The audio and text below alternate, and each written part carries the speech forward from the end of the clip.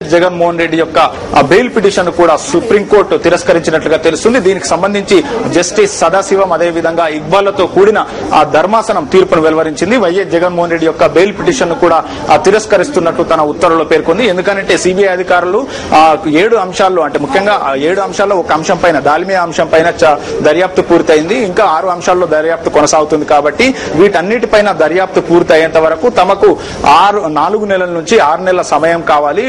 YS Jaganmohan రెడ్డికి bail మంజూరు చేయవద్దని చెప్పేసి సిబిఐ అధికారులు సుప్రీంకోర్టుకు నివేదించడం జరిగింది. ఒక స్టేటస్ రిపోర్ట్ ని కూడా సిబిఐ అధికారులు సుప్రీంకోర్టు డివిజన్ బెంచ్ ముందుంచడం జరిగింది.